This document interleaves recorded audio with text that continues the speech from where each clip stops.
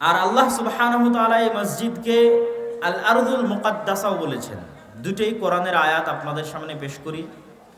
সুবহানাল্লাযী আসরা বিআবদিহি লাইলাম মিনাল মাসজিদিল হারামি ইলাল মাসজিদিল আকসা আল্লাযী বারাকনা হাওলাহ। মহা পবিত্র সেই সত্তা, মহা সম্মানিত সেই সত্তা, যিনি তার বান্দা, তার গোলাম, তার দাস মুহাম্মদ রাসূলুল্লাহ সাল্লাল্লাহু আলাইহি ওয়াসাল্লামকে মক্কার মসজিদে হারাম থেকে রাতের বেলা সফর করিয়েছেন দূরবর্তী মসজিদে, মসজিদে আকসায়ে। কোন দূরবর্তী মসজিদে? আল্লাযী বারাকনা হাওলাহ, যেই মসজিদে আকসার চারিদিক আমি আল্লাহ বরকত দিয়ে ঘিরে রেখেছি। বলেন আল্লাহু আকবার। এটা কোরআনের আয়াতের অনুবাদ করলাম। আল্লাহ বলছেন আমি বরকত দিয়ে ঘিরে রেখেছি মসজিদ আকসা এবং তার চারপাশ। আল আরদুল মুকাদ্দাসাহ, এটা আল্লাহ কোথায় বললেন? ওয়ানাজ্জাইনাহু ওয়া লূতান, আমি ইব্রাহিমকে এবং লূতকে আশ্রয় দিয়েছি এমন মাটিতে আল্লাতী বারাকনা ফীহা লিল আলামিন। লূত আলাইহিস সালাতু ওয়াস সালাম এবং ইব্রাহিম আলাইহিস সালাতু ওয়াস সালামকে এমন মাটিতে আশ্রয় দিয়েছি যেই মাটিতে আমি বরকত রেখেছি সারা পৃথিবীর মানুষের জন্য। বলেন আল্লাহু আকবার। বারাকনা ফীহা লিল আলামিন, সারা পৃথিবীর মানুষের জন্য বরকত রেখেছি। লূত আলাইহিস সালাতু ওয়াস সালামকে কিভাবে আশ্রয় দিলেন?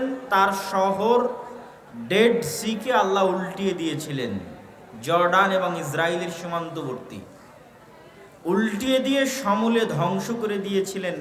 যারা মুমিন ছিল তাদেরকে বাঁচিয়ে দিয়েছিলেন। সেই মুমিন সহ লূত আলাইহিস সালাম সহ তারা ওই ধ্বংস শহর থেকে পালিয়ে যেখানে আশ্রয় নিয়েছিলেন সেটাই আজকের জেরুজালেম, সেটাই আজকের মসজিদ আকসা, সেটাই বাইতুল মুকাদ্দাস। আর ইব্রাহিমকে আশ্রয় দিয়েছি। ইব্রাহিম আলাইহিস সালাতু ওয়াস সালাম পিতার অত্যাচারে ইরাকের ব্যাবিলন শহর থেকে পালিয়ে গিয়ে যেখানে হিজরত করেছিলেন, দারুল হিজরা। মুহাম্মদ সাল্লাল্লাহু আলাইহি ওয়াসাল্লাম হিজরত করেছেন মক্কা থেকে মদিনায়। এই জন্য মুহাম্মদ সাল্লাল্লাহু আলাইহি ওয়াসাল্লামের দারুল হিজরা হচ্ছে মদিনা, আল মদিনা আল মুনাওয়ারা। কিন্তু তার আদি পিতা ইব্রাহিমের দারুল হিজরা কি? তার আদি পিতা ইব্রাহিম ইরাক থেকে কোথায় হিজরত করেছিলেন? আল্লাহ বলছেন ওয়ানাজ্জাইনাহু, আমি ইব্রাহিমকে আশ্রয় দিয়েছি, সে হিজরত করে এসেছে জেরুজালেমে, মসজিদে আকসাই, বাইতুল মুকাদ্দাসে। এবং আল্লাহর নবীও আদেশ দিয়েছেন শেষ যুগে সত্য হক যেখানে যেখানে পাওয়া যাবে তার মধ্যে অন্যতম একটি জায়গা হচ্ছে তার পিতা ইব্রাহিমের দারুল হিজরা, শাম বা সিরিয়ায়। চিরদিন একদল মানুষ হকের উপর কায়েম থাকবে, এই মর্মে যে হাদিসগুলো আছে সেই হাদিসগুলোর ব্যাখ্যায় বলা আছে যে ওই হকের উপর কায়েম থাকা দলের একটা অন্যতম জায়গা হবে শাম, দারুল হিজরা লি ইব্রাহিম। ইব্রাহিম আলাইহিস সালাতু ওয়াস সালাম যেখানে হিজরত করেছিলেন সেই জেরুজালেম, বাইতুল মুকাদ্দাস, মসজিদ আকসা। আর এই মাটিকে আল্লাহ কোরআনে আল আরদুল মুকাদ্দাসা বলেছেন মুসা আলাইহিস সালাতু ওয়াস সালামের সময়। কি বলেছেন?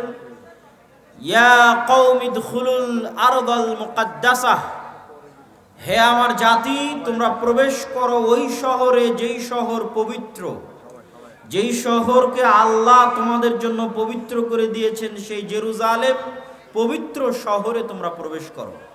এগুলো সব কোরআনের আয়াত বললাম 4 থেকে 5টি, যার সবগুলোই মসজিদে আকসা, জেরুজালেমকে কেন্দ্র করে এবং সেগুলোর পবিত্রতা, সম্মান এবং মর্যাদার প্রমাণ বহন করে।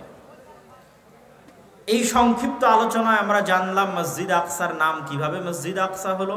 এর দ্বিতীয় আরেকটা নাম হচ্ছে আরদে মুকাদ্দাসা। মসজিদ আকসার সাথে মুসলমানদের সম্পর্ক কি? মসজিদ আকসার সাথে মুসলমানদের সবচেয়ে বড় সম্পর্ক হচ্ছে তাহবিলুল কিবলা। কিবলার ঘটনা, কিবলা পরিবর্তনের ঘটনা। কদ নারা তাকাল্লুবা ওয়াজহিকা ইলাস সামা, কিবলা পরিবর্তনের ঘটনায় ঐতিহাসিকগণ লিখেছেন, মুফাসসিরিনে কেরাম লিখেছেন, মুহাদ্দিসিনে ইদাম লিখেছেন যে আল্লাহ সুবহানাহু তাআলা যখন সালাত ফরজ করেন মেরাজের রাতে, তারপরে রাসূলুল্লাহ সাল্লাল্লাহু আলাইহি ওয়াসাল্লাম মক্কায় যখন সালাত আদায় করা শুরু করেন, তখন তিনি মসজিদে আকসা মুখী হয়ে সালাত আদায় করতেন এবং কাবা ঘরের এমন জায়গায় দাঁড়াতেন যেখানে দাঁড়ালে সামনে কাবাও পড়বে, সামনে মসজিদে আকসাও পড়বে। এটা অস্বাভাবিক কিছু না। আমার সামনে একটা ঘর আছে, এই ঘরকে সামনে রেখে আমি কাবাকে সামনে রাখতে চাই, কঠিন কিছু না। ঘরের আমি ওই পাশে দাঁড়াবো, যেই পাশে দাঁড়ালে কাবাও সামনে হবে, ঘরও সামনে হবে। তো আল্লাহর নবী এখন মক্কায় আছেন, কাবায় আছেন, উনি সালাত আদায় করবেন মসজিদ আকসা মুখী হয়ে। তাহলে উনি কাবার এমন পাশে দাঁড়াতেন যেই পাশে দাঁড়ালে কাবাও সামনে, মসজিদ আকসাও সামনে। কথা কি আমার বুঝতে পারছেন? তখন রাসূলুল্লাহ সাল্লাল্লাহু আলাইহি ওয়াসাল্লাম মদিনায় হিজরত করেননি। এই জন্য তার অন্তরে কোনো কষ্ট, কোনো ব্যথা, কোনো দুঃখ ছিল না। একই সাথে দুই মসজিদের দিকে মুখ করে সালাত আদায় করতে পারছি, কাবা ঘরের এমন পাশে দাঁড়াচ্ছি যেখান থেকে মসজিদে আকসার দিকে মুখ করলে আমার সামনে কাবা, তারপরে মসজিদে আকসা। সুতরাং রাসূলুল্লাহ সাল্লাল্লাহু আলাইহি ওয়াসাল্লাম তেমন কোনো ব্যথা অনুভব করতেন না। কিন্তু ব্যথা অনুভব করা শুরু করলেন কখন? যখন তিনি মক্কা থেকে হিজরত করে মদিনায় চলে আসলেন। মদিনায় আসার পরে ওনার জন্য বিপদ হলো দুটা, সামনে কাবা নাই, আর কাবার দিকে মুখ করে সালাত আদায়ের সুযোগও নাই। কেননা সালাত আদায়ের আদেশ আছে, মসজিদ আকসা মুখী সালাত আদায়ের আদেশ। তো মদিনা থেকে উনি একসাথে কখনই পারবেন না, ভৌগোলিক কারণে, যে উনি মসজিদ আকসা মুখী হলে কাবাকে সামনে রাখা সম্ভব নয়। তাহলে একে তো সামনে কাবা নাই, কাবা থেকে বিচ্ছিন্নতার ব্যথা, আর দ্বিতীয়ত কাবাকে যে স্মরণ করবেন, কাবার দিকে যে মুখ করে সালাত আদায় করবেন, সেটাও নাই। আল্লাহর বিধান অনুযায়ী আদেশ আছে মসজিদ আকসা মুখী সালাত আদায় করার। এই কষ্টে রাসূলুল্লাহ সাল্লাল্লাহু আলাইহি ওয়াসাল্লাম সালাত আদায় করেছেন 17 মাস মদিনা মুনাওয়ারায়। 17 মাস পর আল্লাহর আয়াত নাজিল হয় যে আপনি এখন মুখ ফিরিয়ে নিন মসজিদে আকসার দিকে। মসজিদে আকসার দিকে মুখ ফিরিয়ে না, মসজিদে কাবা ঘরের দিকে মুখ ফিরিয়ে নিন। তো কাবা ঘরের দিকে মুখ ফিরিয়ে নেওয়ার এই আদেশ আমাদের কাছে শুধু ধর্মীয় দৃষ্টিকোণ থেকে সালাতের সাথে কানেক্টেড হলেও এর কিছু পলিটিক্যাল ভিউ আছে, পলিটিক্যাল অ্যানালাইসিস আছে, রাজনৈতিক বিচার ও বিশ্লেষণ আছে এই আদেশের সাথে। সেই রাজনৈতিক বিচার ও বিশ্লেষণ হচ্ছে, মক্কায় কোরাইশরা ব্যতীত অন্য ধর্মের মানুষ তেমন বসবাস করত না। মদিনায় ইহুদি এবং খ্রিস্টানদের বসবাস ছিল। শুধু ইহুদি গোত্রের বসবাস ছিল তিনটা, বানু কোরাইজা, বানু কায়নুকা, বানু নাদির। তিনটা ইহুদি গোত্র মদিনায় বসবাস করত। এই সমস্ত ইহুদি আর খ্রিস্টানদের কাছে সবচেয়ে পবিত্র জায়গা মসজিদ আকসা। আল্লাহ সুবহানাহু ওয়া তাআলার পক্ষ থেকে প্রকারান্তরে, বাহ্যিকভাবে না, প্রকারান্তরে এই সমস্ত ইহুদি এবং খ্রিস্টানদের অন্তরকে নরম করার জন্য, তাদের অন্তরে ইসলামের প্রতি ভালোবাসা তৈরি করার জন্য, ইসলামকে তাদের কাছে একটি আসমানি দ্বীন হিসেবে পেশের গ্রহণযোগ্যতা তুলে ধরার জন্য, যে ঠিক আছে তোমাদের দাবি অনুযায়ী সব নবী জেরুজালেমে এসেছেন অথবা জেরুজালেমের সাথে কানেক্টেড থেকেছেন, তোমাদের দাবি অনুযায়ী আরবে বানু ইসমাইলে কোনো নবী আসার কথা নয়, আরবেও যদি নবী আসে তো বানু ইসরাইলে আসবে। এই জন্য আরব বিশ্বে কোথাও কোনোদিন ইহুদিদের বসবাস ছিল না। মদিনাতে এই 3টা ইহুদি গোত্র এসেছিল এই আশায় যে তাদের মধ্যে যদি আল্লাহ শেষ নবী পাঠায়, কেননা তারা জানতো শেষ নবী আরবে আসবে। কিন্তু শেষ নবী যে বানু ইসমাইলের বংশে হবেন, ইসমাইল আলাইহিস সালাতু ওয়াস সালামের বংশে হবেন, এটা তারা কল্পনা করেনি। তারা অপেক্ষা করছিল বানু ইসরাইল থেকেই নবী আসবেন। তো এটার পলিটিক্যাল ভিউ কি? আল্লাহ 17 মাস যাবত এই সমস্ত মদিনায় বসবাস করা ইহুদি, মদিনায় বসবাস করা খ্রিস্টানদেরকে একটা চান্স দিলেন তাদের অন্তরকে নরম করার জন্য, তাদের কাছে ইসলামকে একটি আসমানি দিন হিসেবে, ইসলামের সম্পর্কও যে ওই সমস্ত আসমানি দিন যে আল্লাহ সুবহানাহু ওয়া তাআলার পক্ষ থেকে এসেছে, এটাও যে ওই আল্লাহর পক্ষ থেকে আসা আসমানি দিন। ইনিও ইব্রাহিম আলাইহিস সালাতু ওয়াস সালামের বংশধর, যেমন আগের নবীরা ইব্রাহিম আলাইহিস সালাতু ওয়াস সালামের বংশধর, ইনিও ইব্রাহিম আলাইহিস সালাতু ওয়াস সালামের বংশধর। এইগুলো যে একই আল্লাহ সুবহানাহু ওয়া তাআলার পক্ষ থেকে আসছে, এটা তুলে ধরার জন্য এটা খুবই জরুরি ছিল যে রাসূলুল্লাহ সাল্লাল্লাহু আলাইহি ওয়াসাল্লাম মসজিদে আকসা মুখী হয়ে সালাত আদায় করবেন। 17 মাস পর যখন কাবার দিকে মুখ ফেরানোর আদেশ দেওয়া হলো, তখন তার মানে ইহুদি খ্রিস্টানদের সাথে ইসলামের পলিটিক্যাল যে একটা এলাই, রাজনৈতিক একটা জোট তাদের সাথে তৈরি করা বা তাদের অন্তরকে নরম করা, ওই দিন শেষ হয়ে যায়, ওই যুগ শেষ হয়ে যায় যে এখন আর তোমাদের খাওয়া নাই। এখন স্বাধীন সত্তা হিসেবে দ্বীনে ইসলাম আস্তে আস্তে বড় হবে এবং একটা সময় ইযহির আলা জামিউল আদিয়ান, সকল দিনের উপর বিজয় লাভ করবে। আর ওই বিজয় লাভের আলামত হিসেবে মসজিদ আকসা একদিন মুসলমানদের হবে। এই আল্লাহ সুবহানাহু ওয়া তাআলার প্ল্যান, পরিকল্পনা, এবং মুহাম্মদ সাল্লাল্লাহু আলাইহি ওয়াসাল্লাম এর মাধ্যমে 17 মাস মসজিদে আকসার দিকে কেবলা রাখার মাধ্যমে মুসলমানদের অন্তরে মসজিদ আকসার প্রতি ভালোবাসা দিয়ে দেওয়া। মুসলমানেরা তো আর এই জিনিসটা এখন উঠিয়ে ফেলতে পারবে না, বাদও দিতে পারবে না যে তাদের প্রথম কেবলা কোথায় ছিল। কথা বলেন, আমাদের প্রথম কেবলা কোথায় ছিল? মসজিদ আকসা। আমরা প্রথম সালাত আদায় করেছি, আমার নবী প্রথম সালাত আদায় করেছে। আমার নবীর নির্মিত প্রথম মসজিদ কোন মসজিদের দিকে তৈরি করে বানানো হয়েছিল? মসজিদ আকসা। এই ইতিহাস আমরা মুছেও ফেলতে পারবো না। সুতরাং মসজিদ আকসার প্রতি আমাদের ভালোবাসা থাকবে চিরন্তন, চিরস্থায়ী। এই চিরন্তন চিরস্থায়ী ভালোবাসাটা জুড়ে দেওয়ার জন্য, কানেক্টেড করার জন্য আল্লাহর নবীর জীবদ্দশায় এটা হওয়া খুবই জরুরি ছিল। এটা বিধান হিসেবে, ধর্মীয় বিধান হিসেবে যেটাই থাকুক, এর পলিটিক্যাল গুরুত্ব অনেক অনেক অনেক বেশি। এই কেবলা পরিবর্তনের ঘটনার রাজনৈতিক গুরুত্ব অনেক বেশি। রাসূলুল্লাহ সাল্লাল্লাহু আলাইহি ওয়াসাল্লামের মেরাজের ঘটনার রাজনৈতিক গুরুত্ব অনেক বেশি।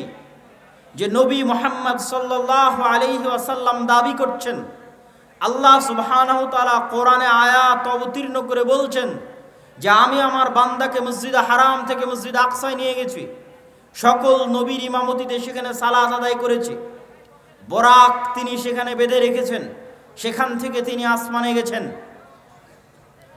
এই ইতিহাস, এই ঘটনা, পৃথিবীর ইতিহাসের এই ঘটনার গুরুত্ব শুধু ধর্মীয় দিক থেকে নয়, রাজনৈতিক দিক থেকে অনেক অনেক শক্তিশালী। যে মুসলমানদের ভালোবাসার জায়গা, পবিত্রতার জায়গার সাথে মসজিদে আকসাকে স্থায়ীভাবে সম্পৃক্ত করে দেওয়া। মুসলমানেরা যে ইবাদত দৈনিক 5 বার করে, সেই ইবাদতের সাথে ওতপ্রোতভাবে জড়িয়ে আছে মসজিদে আকসা। ওই মেরাজের মাধ্যমে আল্লাহ নবী সেই 5 ওয়াক্ত সালাত নিয়ে এসেছেন। যে মেরাজ শুরু হয়েছিল মসজিদে আকসায়, যেই মেরাজের মাধ্যমে আল্লাহ নবী 5 ওয়াক্ত সালাত নিয়ে আসলেন, ওই সালাত আদায় হলো মসজিদে আকসা মুখী। সুতরাং আমাদের দৈনিক আদায় করা সালাতের সাথে মসজিদে আকসার সম্পর্ক চিরন্তন, চিরস্থায়ী। সম্মানিত উপস্থিতি, আর দ্বিতীয়ত, অতীতের দিনের যে সমস্ত বিষয় মানসুখ হয়নি, তার সবই এই দিনের অংশ। এবং নবী মুহাম্মদ সাল্লাল্লাহু আলাইহি ওয়াসাল্লাম অতীতের সকল নবীর প্রকৃত এবং যোগ্য উত্তরসূরি। সেই দৃষ্টিকোণ থেকেও ঈসা আলাইহিস সালাতু ওয়াস সালামের যোগ্য উত্তরসূরি মুহাম্মদ সাল্লাল্লাহু আলাইহি ওয়াসাল্লাম মুসা আলাইহিস সালাতু ওয়াস সালামের উত্তরসূরি মুহাম্মদ সাল্লাল্লাহু আলাইহি ওয়াসাল্লাম, ইউসুফ, ইয়াকুব, ইসহাক, ইব্রাহিমের উত্তরসূরি মুহাম্মদ সাল্লাল্লাহু আলাইহি ওয়াসাল্লাম। আল্লাহ নবীদেরকে যেই সিলসিলা যেই ধারায় পাঠিয়েছেন, এটা নির্ধারিত, এমনভাবে নির্ধারিত নয় যে এই দেশের মানুষদের জন্যই, এই এলাকার মানুষদের জন্যই, এই রক্তের মানুষদের জন্যই, এরকম কোনো নির্ধারিত আল্লাহ সুবহানাহু ওয়া তাআলা করে দেননি। ওই রক্তের মধ্যেই মানুষ কাফের হয়েছে, প্রতি যুগে যুগে আল্লাহ দেখিয়েছেন। নূহ আলাইহিস সালাতু ওয়াস সালামের ছেলে কাফের হয়ে গেছে, আল্লাহ দেখিয়েছেন। লূত আলাইহিস সালাতু ওয়াস সালামের স্ত্রী কাফের হয়ে গেছে, আল্লাহ সুবহানাহু ওয়া তাআলা দেখিয়েছেন। ইব্রাহিমের পিতা আজর মূর্তি পূজক ছিল, আল্লাহ সুবহানাহু ওয়া তাআলা দেখিয়েছেন। এইভাবে প্রতি স্তরে আল্লাহ দেখিয়েছেন। যেই বানু ইসরাইলের আল্লাহ ফজিলত বর্ণনা করছেন, ওই বানু ইসরাইলরা একটা সময় শুধু নবীদের হত্যা করত। জাকারিয়া আলাইহিস সালাতু ওয়াস সালামকে বানু ইসরাইলরা হত্যা করেছে, ইয়াহইয়া আলাইহিস সালাতু ওয়াস সালামকে বানু ইসরাইলরা হত্যা করেছে, ঈসা আলাইহিস সালাতু ওয়াস সালামকে বানু ইসরাইলরা হত্যার চেষ্টা করেছে এবং খ্রিস্টানদের বিশ্বাস অনুযায়ী হত্যা করেছে। অথচ তাদের ফজিলত আল্লাহ অনেক দিয়েছিল। জান্নাত থেকে তাদের খাবার দিত, তাদের জন্য পাথর ফেটে ঝর্ণা প্রবাহিত হতো, তাদের জন্য আল্লাহ ফেরাউনকে ডুবিয়ে দিলেন। তাহলে এই সব জিনিসগুলো কি প্রমাণ করে? এই সব জিনিসগুলো প্রমাণ করে যে ইসলামের সম্পর্ক কোনো ব্যক্তির সাথে, কোনো রক্তের সাথে নয়। ইসলামের সম্পর্ক হচ্ছে আল্লাহ সুবহানাহু ওয়া তাআলা এবং তার পাঠানো ওহীর সাথে। এই জন্য ইব্রাহিমের সবচেয়ে কাছের মুহাম্মদ সাল্লাল্লাহু আলাইহি ওয়াসাল্লাম। দ্বীনের কারণে, তাওহীদের কারণে মিল্লাত ইব্রাহিমের সবচেয়ে শক্তিশালী দাবিদার মুহাম্মদ সাল্লাল্লাহু আলাইহি ওয়াসাল্লাম। আর সারা পৃথিবীতে যারা মিল্লাত ইব্রাহিমের দাবি করছে তারা মিথ্যু। ইহুদিদের দাবি কি? যে তারা মিল্লাত ইব্রাহিম। খ্রিস্টানদের দাবি কি? তারাও মিল্লাত ইব্রাহিম। এগুলো সবগুলোই হচ্ছে আব্রাহামিক রিলিজিয়ান, মানে ইব্রাহিম আলাইহিস সালাতু ওয়াস সালামের সাথে কানেক্টেড ধর্ম পৃথিবীতে তিনটে: ইহুদি, খ্রিস্টান এবং ইসলাম। আসলে ইহুদি এবং খ্রিস্টান আর কোনো ধর্মের মধ্যেই সীমাবদ্ধ নাই।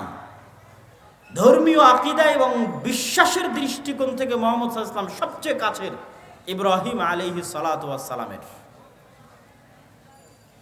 আর ইব্রাহিম আলাইহিস সালাতু ওয়াস সালাম এই প্রথম নবী যিনি আল্লাহর দুইটা পবিত্র ঘর একসাথে তার সন্তানদের দিয়ে আবাদ করেছেন। আর ওই একই সৌভাগ্য আল্লাহ মুহাম্মদ সাল্লাল্লাহু আলাইহি ওয়াসাল্লাম এবং তার বানু ইসমাইল এবং তার পরবর্তী উত্তরসূরিদের দিয়েছেন। ওই একই সৌভাগ্য যে মুসলমানেরাও একই সাথে দুইটা মসজিদ আবাদ করবে, মসজিদ হারাম, মসজিদ আকসা। এই ভাগ্য আল্লাহ ইব্রাহিম আলাইহিস সালাতু ওয়াস সালামকে দিয়েছিলেন। তারপরে আর কারো এই ভাগ্য হয়নি। ইব্রাহিম আলাইহিস সালাতু ওয়াস সালাম একাই 4 থেকে 5 বার আল আরদুল মুকাদ্দাসা পবিত্র ভূমি থেকে মক্কার পবিত্র ভূমিতে সফর করেছেন 4 থেকে 5 বার। ইব্রাহিম আলাইহিস সালাতু ওয়াস সালামের জন্য যেমন আল্লাহ জেরুজালেমকে আল আরজুল মুকাদ্দাসা বলেছেন, ইব্রাহিম আলাইহিস সালাতু ওয়াস সালাম তেমন মক্কাকে হারাম করে গেছিলেন। মক্কার জন্য দোয়া করে গেছেন, মক্কার বরকতের জন্য। তার সন্তান সন্ততি স্ত্রীকে মক্কায় রেখে গেছেন। তার এক স্ত্রী এক সন্তান বসবাস করে জেরুজালেমে, আর এক স্ত্রী আর এক সন্তান বসবাস করে মক্কায়। এক স্ত্রী এক সন্তানের বংশধরেরা আবাদ করে মসজিদে আকসা, আর এক স্ত্রী আর এক সন্তানের বংশধরেরা আবাদ করে কাবা। এই সৌভাগ্য একই সাথে পৃথিবীর দুইটা মসজিদ আবাদ করার সৌভাগ্য আল্লাহ ইব্রাহিম আলাইহিস সালাতু ওয়াস সালামকে দিয়েছিলেন। আর তারপরে এই সৌভাগ্য শুধু মুহাম্মদ সাল্লাল্লাহু আলাইহি ওয়াসাল্লাম এবং তার উম্মতেরা পেয়েছে ওমর রাদিয়াল্লাহু তাআলা আনহুর যুগে, যে একই সাথে মক্কা, একই সাথে মসজিদে আকসা। এটাই হচ্ছে ইসলামের বিজয়। এই যে ইযহির আলা জামিইল আদিয়ান, যে পৃথিবীর সকল দিনের উপর ইসলামের বিজয়ের আলামতটা কোথায়? মক্কা এবং মদিনার দরজা ফিতনার জন্য চিরদিনের জন্য বন্ধ। মক্কা এবং মদিনার দরজা ফিতনার জন্য চিরদিনের জন্য বন্ধ। যে কিয়ামত পর্যন্ত এই জায়গা মাহফুজ, সংরক্ষিত। কে হেফাজত করবে? আল্লাহর ফেরেশতারা হেফাজত করবে। তাহলে কোন জায়গা আলামত হিসেবে থেকে গেল যে এটা হচ্ছে আলামতের চিহ্ন যে কোন দিন বিজয়ী রাজনৈতিকভাবে? সেটা হচ্ছে মসজিদ আকসা। এবং পৃথিবীর 90% মানুষ কোন যুদ্ধে জড়িয়ে পড়তে পারে? ওই যুদ্ধেই জড়িয়ে পড়তে পারে যেই যুদ্ধ মসজিদে আকসাকে কেন্দ্র করে হবে। আর পৃথিবীতে এরকম ক্রাইটেরিয়া ফুলফিল করার মতো আর দ্বিতীয় কোনো বস্তু নাই যেটার জন্য এত বড় যুদ্ধ হতে পারে।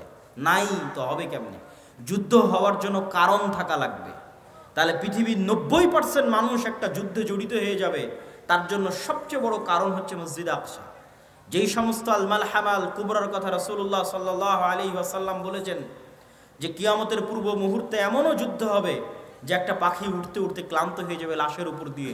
কারো যদি 100 সন্তান থাকে তাহলে 99টা সন্তান মারা যাবে। লাশের উপর দিয়ে উঠতে উঠতে পাখি ক্লান্ত হয়ে লাশের উপরেই পড়ে যাবে। তথা পৃথিবীর 90% মানুষ এই যুদ্ধে অংশগ্রহণ করবে। এই যুদ্ধ একমাত্র মসজিদ আকসাকে কেন্দ্র করেই হতে পারে, একমাত্র জেরুজালেমকে কেন্দ্র করে হতে পারে। কেন? এখানে কারণ আছে। কারণ এটাই যে আপনি আজকে আমেরিকাকে প্রস্তাব দেন যে আপনাদেরকে আমরা মুসলমানেরা সারা দুনিয়া দিয়ে দিতে চাই, শুধু মসজিদ আকসা আমাদের দিতে হবে, তারা রাজি হবে না। জেরুজালেম আমাদের দিতে হবে, রাজি হবে না। আপনি ইহুদিদের বলেন যে তোমাদের জন্য আমরা নতুন একটা জান্নাত বানিয়ে দেব ইউরোপ আমেরিকার মধ্যে, তোমরা যাও সেখানে। এখানে কেন এসেছো? তারা এখানে এসেছে ধর্মীয় কারণে। আর আমরা সমাধান করতে যাচ্ছি পলিটিক্যাল, জাতীয়তাবাদী অথবা ধর্মনিরপেক্ষতাবাদী চেতনা দিয়ে নাকি মসজিদ আকসা উদ্ধার হবে।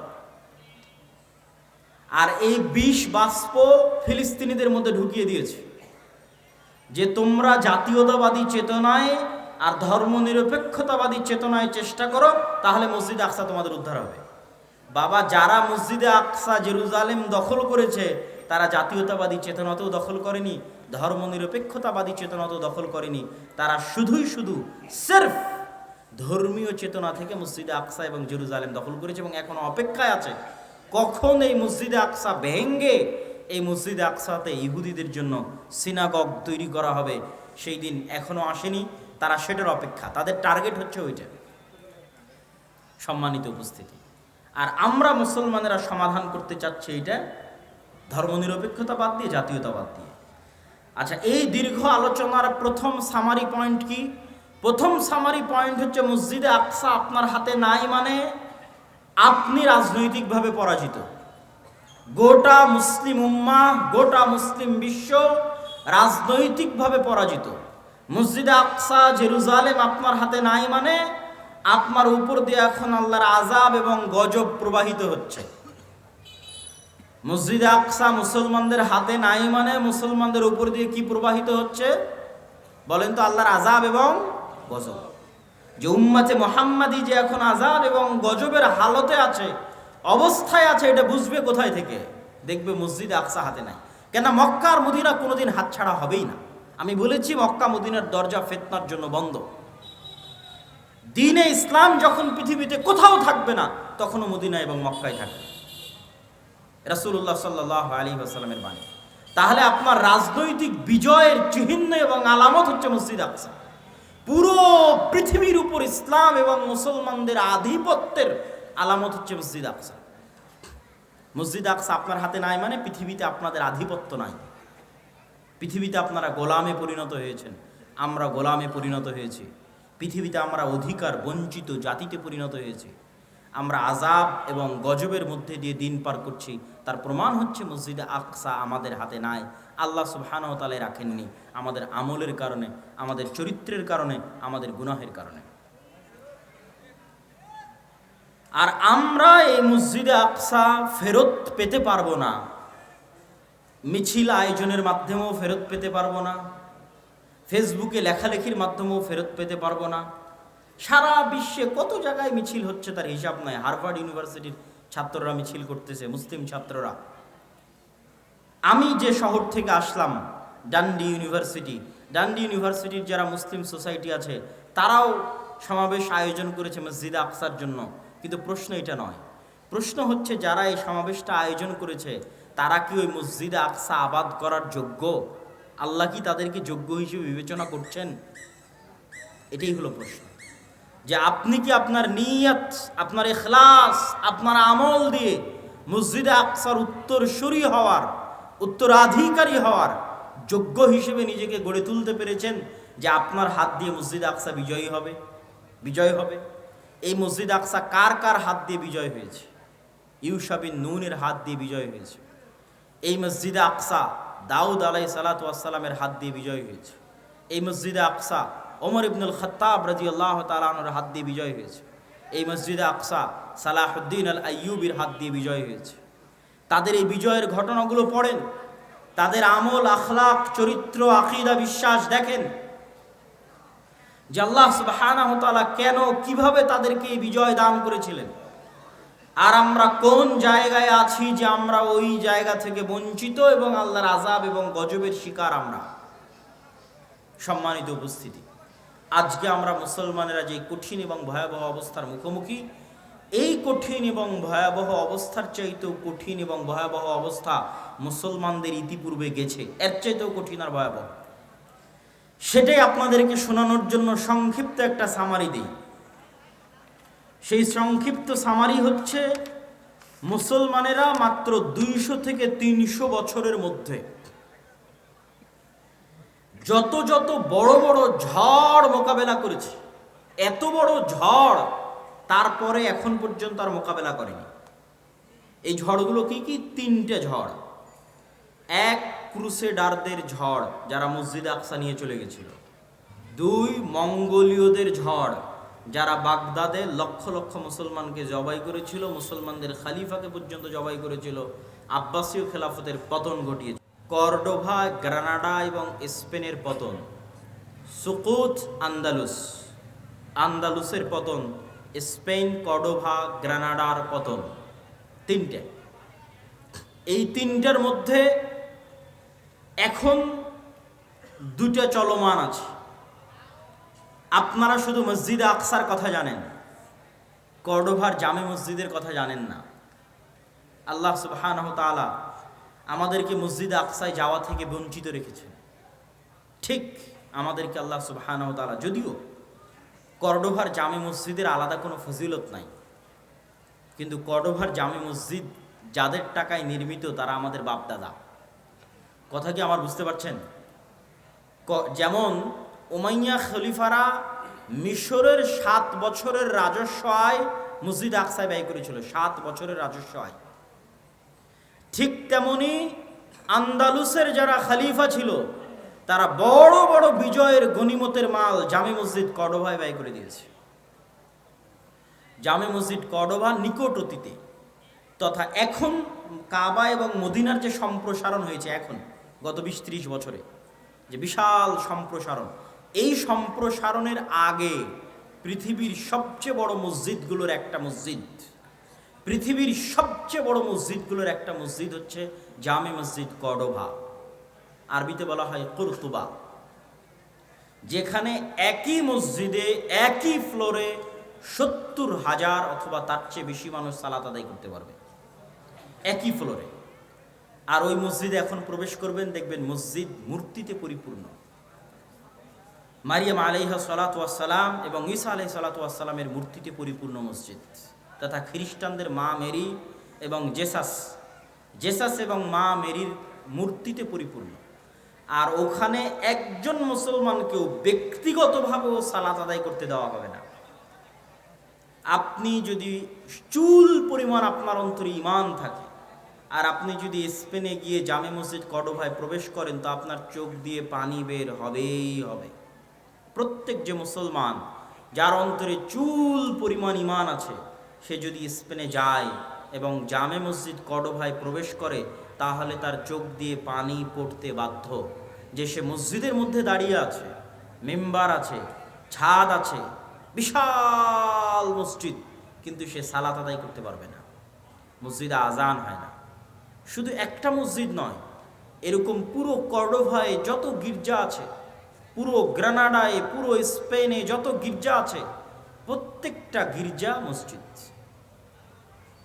আপনি ধোকায় পড়ে যাবেন। বাহির থেকে দেখলে আপনি ধারণা করবেন এটা মসজিদ, কেননা মিনার আছে। বাহির থেকে দেখলে বুঝবেন মসজিদ, কেননা মেহরাব আছে। এটা মসজিদই, মিনার মেহরাব আছে মানে মসজিদ। ভিতরে যেয়ে দেখবেন যে মূর্তিতে পরিপূর্ণ, আসলেই মসজিদ। কিন্তু এখন আজানও নাই, একামতও নাই, মুসলমানও নাই। অথচ ওই মসজিদগুলো যারা ওয়াকফ করেছিল আল্লাহর সন্তুষ্টির জন্য, তারা মুসলমান ছিল। ওই মসজিদগুলোতে যারা দান করেছিল মসজিদ নির্মাণের জন্য, তারা মুসলমান ছিল। এটাই আমি বলছি যে জামে মসজিদ কর্ডোভার হয়তো আলাদা কোনো ফজিলত নাই, কিন্তু জামে মসজিদ কর্ডোভার মুসলমানদের টাকাতেই নির্মিত। ওই স্পেনে এরকম শত শত মসজিদ আছে। এটা এখন পৃথিবীর সবচেয়ে বড় গির্জাগুলোর একটা, ক্যাথিড্রাল বলে ওরা, যে biggest cathedral all over the world. সারা পৃথিবীর সবচেয়ে বড় গির্জাগুলোর একটা হচ্ছে এটা, জামে মসজিদ কর্তুবা। এখানে হাজার হাজার ছাত্র দার্স দিত, দার্স শুনতো, ইলমের আলোচনা হতো, বড় বড় আলেম এই সমস্ত মাটি থেকে জন্ম নিয়েছে। ইবনু হাজাম আন্দালুসি, ইবনু আব্দুল বার, হাফিজুল মাগরিব, তারপরে তাফসিরে কুরতুবির লেখক ইমাম কুরতুবি, বড় বড় ইমাম এই সমস্ত শহরে জন্ম নিয়েছে, দিনের কাজ করেছে, দিনের খেদমত করেছে।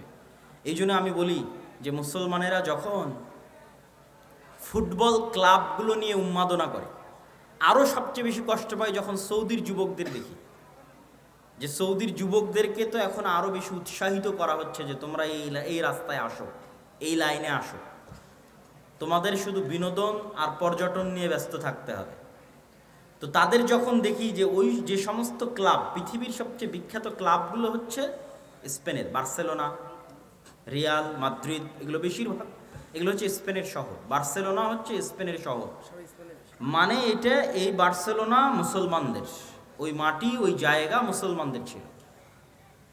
তাহলে আপনি যখন ওইটা নিয়ে উন্মাদনায় ব্যস্ত, তখন যদি আপনাকে নিয়ে গিয়ে আমি জামে মসজিদ কুর্তুবার মধ্যে দাঁড় করাই, কর্ডোভার মধ্যে দাঁড় করাই, সৌদি আরবের এই সমস্ত যুবকদেরকে নিয়ে গিয়ে যদি জামে মসজিদ কর্ডোভায় দাঁড় করানো হয় আর বলা হয় না এখন উন্মাদনা করো তোমার বার্সেলোনা নিয়ে আর রিয়াল আর মাদ্রিদ নিয়ে, কেন আল্লাহ তোমাদের কাছ থেকে মসজিদ ছিনিয়ে নিয়েছে?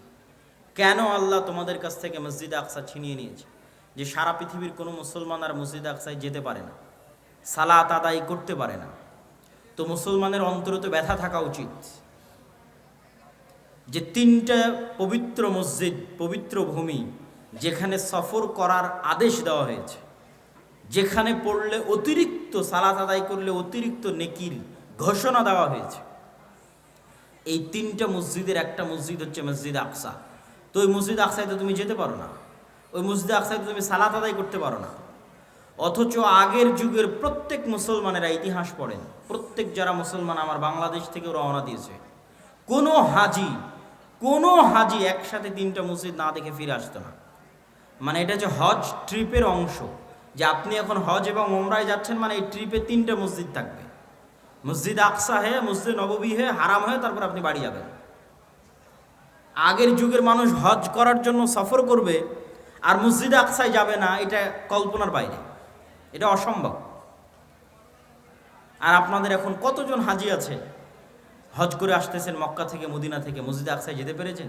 যেতে দিবে আপনাকে? কেউ দিবে না। সম্মানিত উপস্থিতি, এই কষ্ট অন্তরে থাকতে হবে। এই কষ্ট না থাকলে আপনি অনুভবও করতে পারবেন না, আপনার ইমানও জাগবে না এবং আপনার দ্বারা বিজয় সম্ভব নয়। এই কষ্ট সালাহুদ্দিন আইয়ুবীর অন্তরে ছিল। সালাহুদ্দিন আইয়ুবী পণ করেছিলেন, প্রতিজ্ঞা করেছিলেন, আল্লাহর ঘর কাবায় ততদিন পর্যন্ত হজ করার জন্য যাবেন না। আল্লাহর ঘর কাবায় ততদিন পর্যন্ত হজ করার জন্য যাবেন না যতদিন না আল্লাহর আর একটা ঘর মসজিদ আকসা। কার ঘর বলেন? মসজিদ আকসা কার ঘর? আল্লাহর ঘর। আমি ততদিন পর্যন্ত মক্কার কাবা জিয়ারতে যাব না যতদিন না আল্লাহ সুবহানাহু ওয়া তাআলার আরেকটি ঘর, যেটা মক্কার কাবা তৈরি হওয়ার 40 বছর পর তৈরি করা হয়েছিল, যেই ঘরে যুগে যুগে অসংখ্য নবী প্রেরিত হয়েছে, যেই এলাকাকে আল্লাহ আমাদের পবিত্র কোরআনে বরকতময় এলাকা বলে ঘোষণা করেছেন কয়েক জায়গায়, আমাদের পবিত্র কোরআনে পবিত্র ভূমি হিসেবে ঘোষণা করেছেন কয়েক জায়গায়, সেই আল্লাহর তৃতীয় ঘর মুক্ত না করা পর্যন্ত আমি সালাহুদ্দিন আইয়ুবী আল্লাহর আরেকটা ঘর জিয়ারতের জন্য যাব না। আগে আল্লাহ সুবহানাহু ওয়া তাআলার এই ঘর মুক্ত করব, তারপরে আমি আল্লাহ সুবহানাহু ওয়া তাআলার আরেক ঘর জিয়ারতের জন্য যাব। এই হিম্মত, এই চেষ্টা, এই আবেগ সালাহুদ্দিন আইয়ুবীর ছিল, এই জন্য তিনি বিজয় করতে পেরেছিলেন। তাহলে সর্বপ্রথম আমাদের অন্তরে, আমাদের সন্তানদের অন্তরে, আমাদের স্ত্রী পুত্র কন্যার অন্তরে, এমনকি ইতিহাসে লেখা আছে, এই ইতিহাসটার সত্য মিথ্যা আমার জানা নাই, তদন্ত করার সুযোগ হয়নি, যে সালাহুদ্দিন আইয়ুবী রাহিমাহুল্লাহর আব্বা তিনি বিবাহের সময় এই শর্তেই বিবাহ করেছিলেন যে এমন মেয়েকে বিবাহ করবেন যার অন্তরে মসজিদে আকসার ভালোবাসা আছে এবং যেও চায় এমন একটি সন্তান জন্ম দিতে যে মসজিদে আকসা বিজয়ের জন্য তার জীবনকে বিলিয়ে দিবে। মসজিদে আকসা বিজয় করতে পারবে না পারবে সেটা পরের কথা, কিন্তু মসজিদে আকসা বিজয়ের জন্য তার জীবনকে বিলিয়ে দিবে, শহীদ হয়ে যাবে। এই নিয়ত কোন মেয়ের আছে তাকে আমি বিবাহ করতে চাই। সম্মানিত উপস্থিতি, সালাহুদ্দিন আইয়ুবী রাহিমাহুল্লাহর যে যুগ, আমি বলেছি তিনটে মহাবিপদ মুসলমানেরা একই সময় পার করেছে। আমি শুধু তারিখগুলো বলবো, তাহলে আপনি বুঝবেন যে কিভাবে তিনটে যুগ মুসলমানেরা এই সময়ের মধ্যে পার করেছে।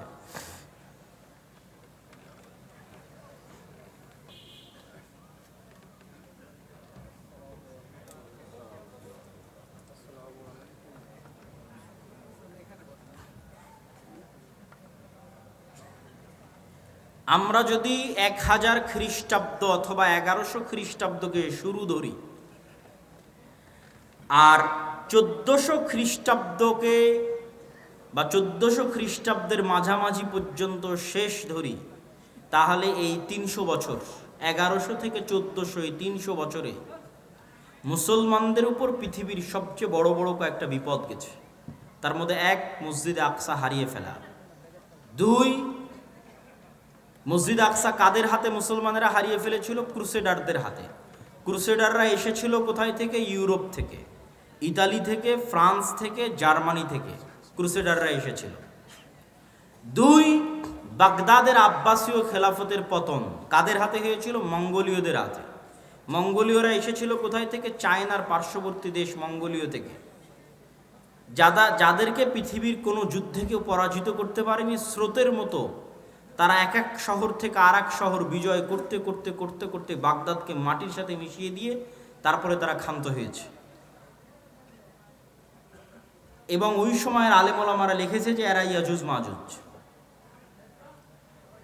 ওই সময়ের আলেম ওলামারা সন্দেহে পড়ে গেছিলেন যে ইয়াজুজ মাজুজ হয়তো এরাই। এইভাবে একের পর এক মুসলিম শহর এলাকা, কোথায় চায়না, এখান থেকে শুরু করলে Uzbekistan, Kyrgyzstan, Kazakhstan, Samarkand, বোখারা, Nishapur, Iran, Iraq, তারপরে ইন্ডিয়ার সাইডের কিছু অংশ, আফগানিস্তান, পাকিস্তান, এগুলো সব বিজয় করতে করতে ইরাকের রাজধানী, তৎকালীন আব্বাসীয় খেলাফতের রাজধানী বাগদাদ পর্যন্ত বিজয় করেছে। এবং তারা এতটাই নৃশংস, এতটাই পশুত্ব তাদের মধ্যে ছিল যে তারা টানা 4 দিন অথবা 5 দিন যাবৎ লক্ষ লক্ষ মুসলমানকে জবাই করেছে এবং মুসলমানদের কাটা মাথা দিয়ে মিনার তৈরি করত। তৃতীয় কোনটা?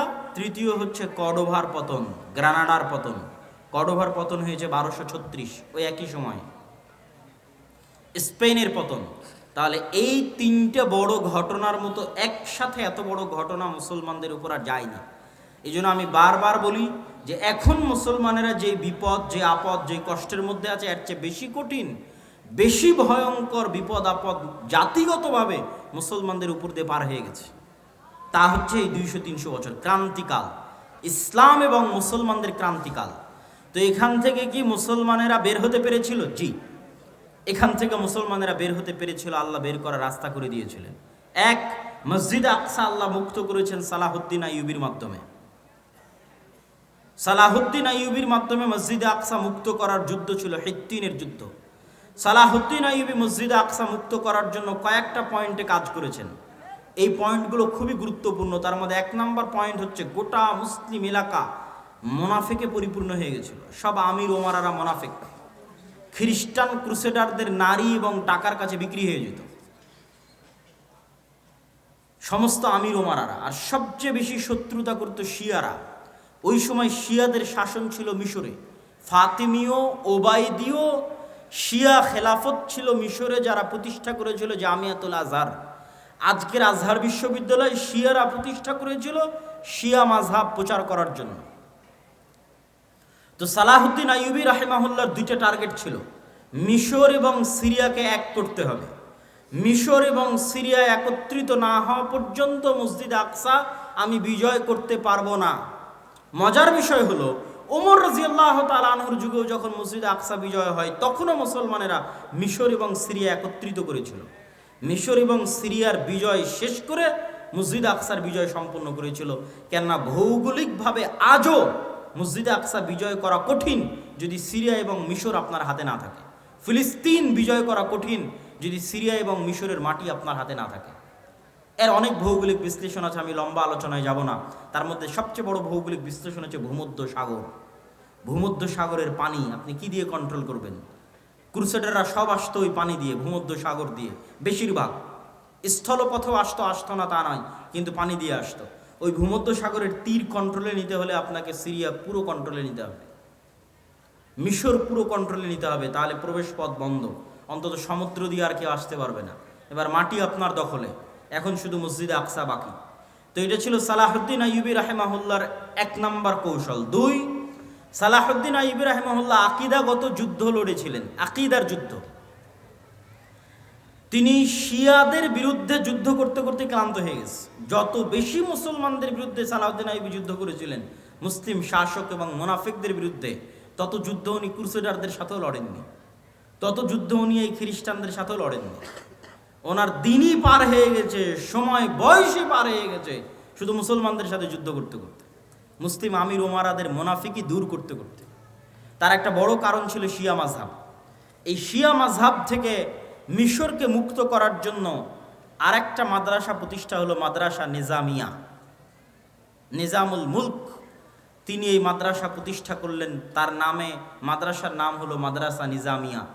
যে মাদ্রাসা নিজামিয়াকে প্রতিষ্ঠা করা হয়েছিল জামিয়াতুল আজহারের মোকাবেলায় শিয়া মাযহাবকে উৎখাত করার জন্য আরব বিশ্ব থেকে। এবং এই মাদ্রাসা নিজামিয়ার ছাত্রদের বড় ভূমিকা ছিল পরবর্তীতে মঙ্গোলীয়দের পতন ঘটাতে এবং পরবর্তীতে ক্রুসেডারদের পতন ঘটাতে এবং পরবর্তীতে শিয়া মাযহাব থেকে আরব বিশ্বকে মুক্ত করতে মাদ্রাসা নিজামিয়ার ছাত্রদের বড় অবদান ছিল। বড় বড় আলেম এই মাদ্রাসার ছাত্র। ইবনু আসাকির তারিখ দিমাশকের লেখক এই মাদ্রাসার ছাত্র। ইমাম গাজ্জালি এই মাদ্রাসার ছাত্র। এবং এই মাদ্রাসারই পরবর্তী উত্তরসূরিরা ছিলেন ইবনু কাসির, ইবনুল আসির, ইবনু তাইমিয়া।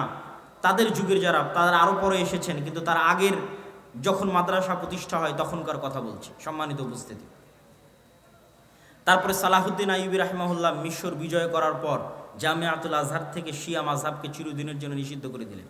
এবং আজ পর্যন্ত, এখন পর্যন্ত মিশরে আর পরবর্তীতে শিয়া মাযহাব প্রবেশ করতে পারেনি, এবং জামিয়াতুল আজহার বা আজহার বিশ্ববিদ্যালয়ে শিয়া মাযহাব প্রবেশ করতে পারেনি।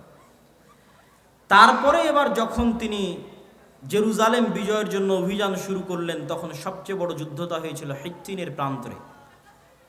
আর ইউরোপ থেকে যারা এসেছিল, ইউরোপ হচ্ছে সব শীতকালীন দেশ, শীতকালীন কান্ট্রি। মুসলমানেরা শীতকালীন এরিয়া বিজয় করতে পারতো না, স্পেন পর্যন্ত গিয়ে শেষ। স্পেনের সাথে লাগানো ফ্রান্স, স্পেনের সাথে লাগানো সীমানা ইতালির, ইতালি ফ্রান্স মুসলমানেরা বিজয় করতে পারেনি। তার সবচেয়ে বড় কারণ ছিল বরফ এবং শীত। তার পরবর্তীতে নৈতিক এবং চারিত্রিক অধঃপতন তো আছে। তারপর আজীবন ইস্তাম্বুল মুসলমানেরা বিজয় করতে পারেনি, কনস্টান্টিনোপল তখনও অবিজিত। যখনকার ঘটনা বলছি তখনও বিজয় হয়নি, এটা আমি আসবো ধীরে ধীরে এবং আমার বক্তব্য শেষের দিকে নিয়ে যাব।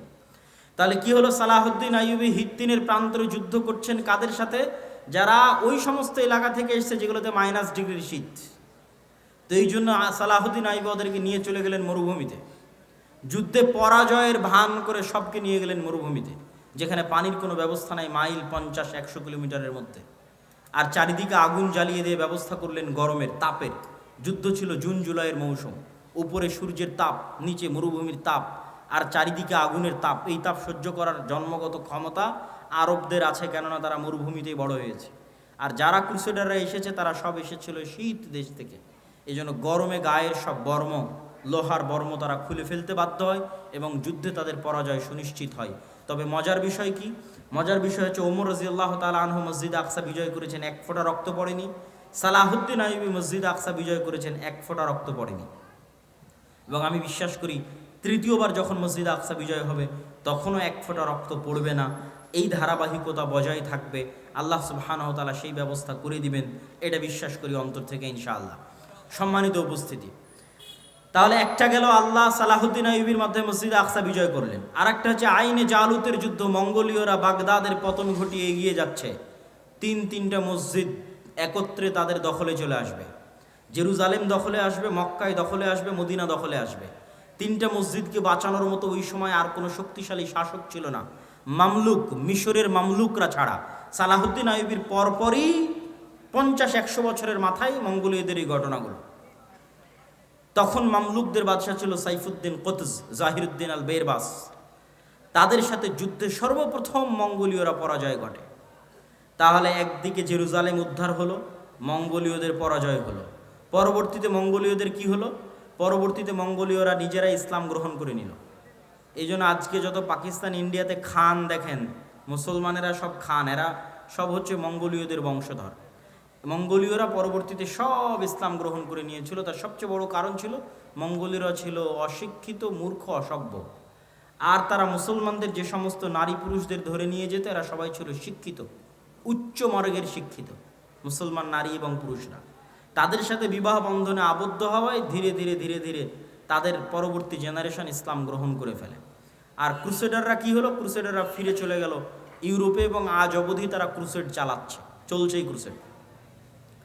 আচ্ছা, এই দুইটা সংকট কাটিয়ে উঠে মুসলমানদের কোনো অর্জন আছে? আছে। স্পেন মুসলমানেরা ফিরে পায়নি, কিন্তু স্পেনের পরিবর্তে আল্লাহ মুসলমানদেরকে এরপরই, স্পেনের পরিবর্তে আল্লাহ মুসলমানদের এই দীর্ঘদিন যাবৎ মুসলমানেরা কুস্তুনতুনিয়া বিজয় করতে পারে না।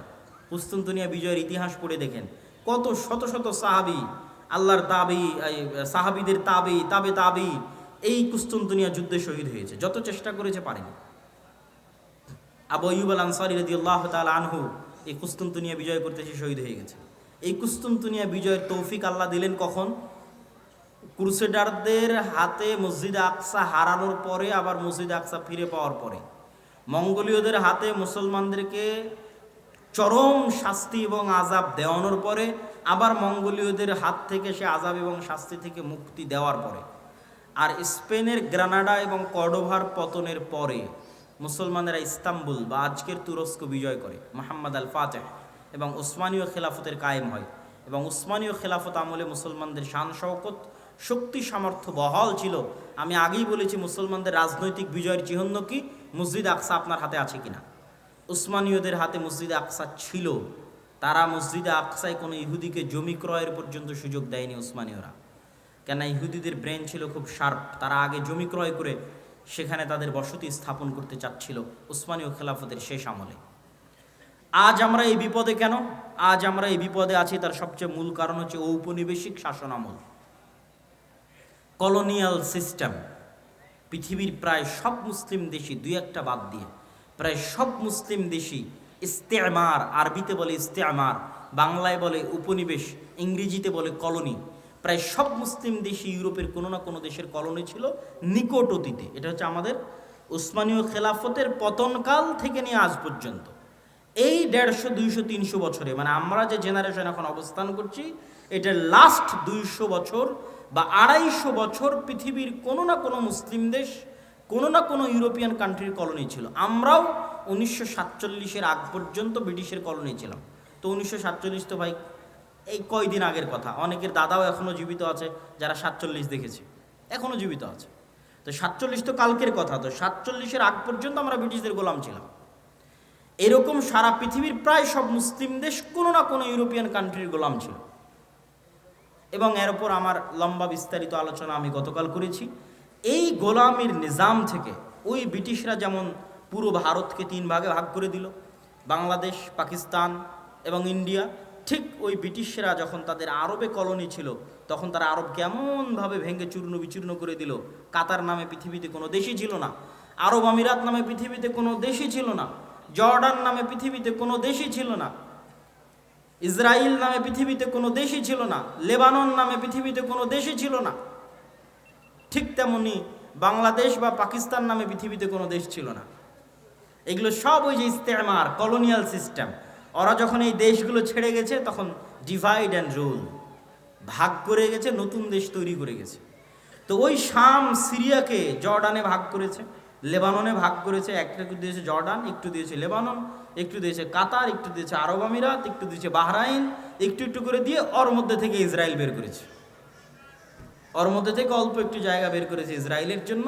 অনেক দীর্ঘদিনের সুপরিকল্পনার ফসল এবং মুসলমানদের অধপতনের ফসল, মুসলমানদের উপর আল্লাহর আযাব এবং গজবের যে আলামত, সেটার প্রমাণ।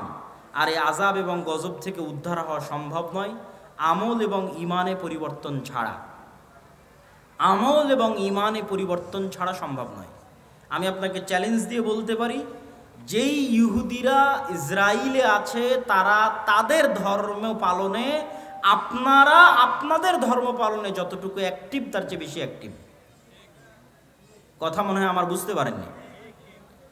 আপনাদের কতজনের মুখে দাঁড়িয়ে আছে, আর ইহুদি একটা পল্লী মহল্লায় গিয়ে দেখবেন ওদের কতজনের মুখে দাঁড়িয়ে আছে। ইহুদিরা সারা পৃথিবীর মানুষকে চায় যে তারা খারাপ থাকুক, কিন্তু তারা নিজেরা ভালো থাকবে। সারা পৃথিবীর মানুষ মদ খেলে, জুয়া খেললে তাদেরকে গোলাম বানানো সহজ, কিন্তু তাদের সন্তানেরা যদি জুয়া খেলে, মদ খায়, তাহলে তারা পৃথিবী শাসন করতে পারবে না। এই জন্য এটা তাদের এজেন্ডা যে তাদের সন্তানেরা মদ, জুয়া, ফ্রি ফায়ার, পাবজি খেলবে না, কিন্তু তারা পৃথিবীতে এমন সিস্টেম তৈরি করবে যে মুসলমানের সন্তান জন্ম হওয়ার পর থেকে মদ, জুয়া, আড্ডা, গাঞ্জা, ফ্রি ফায়ার, পাবজি নিয়ে পড়ে থাকবে। তাহলে এরা হবে কি, এদের অবস্থা হবে গরু ছাগলের মতো। কেননা যে নেশাখোর, যে জুয়াখোর, সে গরু ছাগল। তার পৃথিবীতে কেন, বাড়িতে, দেশে কেন, এলাকায় কেন, বাড়িতে পর্যন্ত শাসন ক্ষমতা কায়েম করতে পারবে না। একটা জুয়াখোর, একটা মদখোর কি বাড়িতে শাসন চালাতে পারবে? পারবে না। তো যে জুয়াখোর, মদখোর বাড়িতে শাসন চালাতে পারবে না, ও কুশ্চিনকালও মসজিদে আকসা বিজয় করতে পারবে না। যে ফ্রি ফায়ার, পাবজিতে ব্যস্ত আছে, ও বাড়ি চালাতে পারবে না, তো মসজিদে আকসা কেমন বিজয় করবে? তো কিন্তু ইহুদিরা তাদের সন্তানকে জন্মের পর থেকে বলবে পড়ো পড়ো পড়ো পড়ো, জ্ঞান অর্জন করো, বড় হও, পৃথিবী শাসন করতে হবে, অস্ত্র বানাও, জ্ঞান বিজ্ঞান নিয়ে ব্যস্ত থাকো, আর গোটা আরব বিশ্বকে ব্যস্ত রাখো পর্যটন আর বিনোদনে, দুবাই আর কাতারকে ব্যস্ত রাখো ফুটবল বিশ্বকাপে। আর ফুটবল বিশ্বকাপ আয়োজন করা আর এগুলো খেলাধুলা নিয়ে পড়ে থাকা যদি খুবই ভালো হতো, তাহলে ইসরায়েলই আগে থাকতো। কথা বুঝতে পেরেছেন? ইসরায়েল কিসে সবার আগে? অস্ত্র বানাও, অস্ত্র কিনো, এটাতে সবার আগে, জ্ঞান বিজ্ঞানে সবার আগে। আর ওর পাশের যে মুসলিম দেশগুলো আছে, ওরা কিসে আগে? ওরা হচ্ছে পর্যটনের জন্য বানাও, বিনোদনের জন্য বানাও, টাকা অঢেল, কিন্তু সব খরচ করছে পর্যটন বিনোদনে। এই জন্য আল্লাহর গজব আরো কন্টিনিউ হচ্ছে, আরো দীর্ঘস্থায়ী হচ্ছে। এই গজব থেকে মুসলমানদের বের হতে হলে দ্বীনে ফিরে আসতে হবে। মুসলমানদের সবচেয়ে বড় শক্তির জায়গা হচ্ছে তাদের দ্বীন, তাদের আকীদা, তাদের বিশ্বাস। সারা পৃথিবীতে তারা শিখিয়েছে যে তোমরা সন্তান কম নাও, আর কোনো ইহুদি ফ্যামিলি পাবেন না যেখানে 6টা 7টা করে বাচ্চা নাই, পাবেন না। আপনি নিজে আজকে তদন্ত করতে পারেন, কেন এরা পৃথিবীর খুবই রহস্য ঘেরা একটা জাতি। এদের বিষয়ে কোনো তথ্য পাবেন না, এদের বিষয়ে গবেষণা করতে গেলে আপনি দেখা যাচ্ছে আউট হয়ে যাবেন পৃথিবী থেকে। অত্যন্ত রহস্য ঘেরা একটা জাতি, অনেক অল্প সংখ্যক। কিন্তু যদি আপনার পক্ষে সম্ভব হয়, বিশেষ করে যে সমস্ত মুসলমান ভাইয়েরা ইউরোপে আছেন, তারা ইহুদি পল্লীগুলোতে গিয়ে দেখবেন তাদের কয়টা করে সন্তান। আর তাদেরই এনজিওগুলো আপনার মুসলিম এলাকায় গিয়ে বলতেছে তোমাদের সন্তান কমাও। এই জন্য তারা টার্গেট করে, ইচ্ছা করে ফিলিস্তিন, গাজায় শিশুদেরকে হত্যা করতেছে। ঠিক যেমন ফেরাউন বানু ইসরায়েলের শিশুদেরকে হত্যা করত। তাহলে দুইভাবে আপনার শিশুকে হত্যা করতেছে, এক বম মেরে হত্যা করতেছে, আর এক আপনার মাথায় দিয়ে দিয়েছে যে আপনি 2টার বেশি যেন সন্তান না নেন। কিন্তু সে জন্ম দিচ্ছে 6টা 7টা 8টা 10টা করে। এই জন্য ওদের এরকম কোনো ছোট গাড়ি থাকে না। আমাদের যে ছোট কারগুলো, এই ছোট কারগুলো তারা ইউজ করে না, তারা ইউজ করে বড় 4, 6, 7 সিটের 4 হুইলার জিপ, যাতে ফুল ফ্যামিলি নিয়ে যাতায়াত করা যায়। কারণ ফ্যামিলি তো 2টা সদস্য না, 6টা 7টা সদস্য, তো ছোট কারে তো হবে না। তারা সারা পৃথিবীতে সুদি বিজনেস তৈরি করে রেখেছে, কিন্তু তারা নিজেরা পরস্পরের সাথে সুদি লেনদেন করে না। মানে এক ইহুদি আর এক ইহুদির সাথে সুদি লেনদেন করবে না, কিন্তু ওই ইহুদি আবার পৃথিবীর সবচেয়ে বড় সুদি কোম্পানির মালিক। তার মানে সারা দুনিয়ার মানুষের টাকা সুদের নামে কবজা করে নাও, কিন্তু তুমি যখন আর এক ইহুদিকে ধার দিবা তখন করজে হাসানা দিবা, সুদ নয়। যেগুলো বলতেছি এগুলো দেখা বলতেছি, আপনারাও চাইলে পরীক্ষা করতে পারেন। এই রকম বড় বড় দাড়ি থাকবে তাদের, 80 থেকে 90%। 3 ওয়াক্ত সালাত আদায় করবে, তাদের মসজিদের নাম সিনাগগ। 3 ওয়াক্ত সালাতের জন্য মসজিদে যাবে এবং এরকম লম্বা দাড়ির সাথে যাবে। তাহলে তাদের সাথে আমাদের শত্রুতা কি? আমাদের আকীদা বিশ্বাসে কিন্তু অনেক মিল আছে, খ্রিস্টানেরাও অপেক্ষায় আছে একজন মাসিহ আসবে, ইহুদিরাও অপেক্ষায় আছে একজন মাসিহ আসবে, আমরাও অপেক্ষায় আছে একজন মাসিহ আসবে। তাহলে আকীদায় মিল হলো না ভাই? আকীদায় মিল আছে। আর মাসিহ তো আসবেই, ঈসা মাসিহ। কিন্তু কার জন্য উদ্ধারকারী হয়ে আসবেন সেটাই হলো প্রশ্ন। খ্রিস্টানদের জন্য উদ্ধারকারী হয়ে আসবেন, না মুসলমানদের জন্য উদ্ধারকারী হয়ে আসবেন, না ইহুদিদের জন্য উদ্ধারকারী হয়ে আসবেন? কোরআন এবং হাদিস বলছে মাসিহ আসবে দুইটা, একটা মাসিহ আদ-দাজ্জাল আর একটা ঈসা মাসিহ। মাসিহ আদ-দাজ্জাল হবে ইহুদিদের উদ্ধারকারী, আর ঈসা আলাইহিস সালাতু ওয়াস সালাম হবেন মুসলমানদের উদ্ধারকারী। সম্মানিত উপস্থিতি, এরকম আকীদা বিশ্বাসে আরও মিল আছে। তারাও এক, পৃথিবীতে এক আল্লাহর ইবাদত করে, মানে আল্লাহর একত্ববাদে বিশ্বাস করে সামান্যতম হলেও। তাদের মধ্যেও শিরক আছে, কিন্তু যেমন আমাদের বেরেলভী ভাইয়েরা যেমন তাদের মধ্যে শিরক থাকলেও তারা এক আল্লাহ বিশ্বাস করে, এরকম এক আল্লাহ বিশ্বাস করে। দিনের মধ্যে একটা দিন হচ্ছে ইহুদি দিন। ইহুদিরা খ্রিস্টানদের মতো তৃত্ববাদে বিশ্বাস করে না। খ্রিস্টানরা কিন্তু তিনটে দিনে বিশ্বাস করে, তিনটে রব বা খোদায় বিশ্বাস করে, তারা একটাই বিশ্বাস করে। মুসলমানেরাও একটাই বিশ্বাস করে। তাহলে শত্রুতা কোথায়? শত্রুতা আমাদের পক্ষ থেকে নয়। মুসলমানেরা কোনো দিনই জাতিগতভাবে ইহুদিদের সাথে শত্রুতা করেনি। ওমর রাদিয়াল্লাহু তাআলা আনহুকে খ্রিস্টান পাদ্রীরা জোর করে লিখিয়েছে চুক্তির মধ্যে, যে আপনি লেখেন চুক্তিতে যে জেরুজালেমে আপনি কোনো ইহুদিকে বসবাস করতে দিবেন না। নিজে থেকে বলেইনি কখনো। ওমর রাদিয়াল্লাহু তাআলা বরং তাদের সাথে এটা বলে রেখেছে যে তোমরা যত কড়া করে বলতেছে, এত কড়া করে তো করা ঠিক হবে না।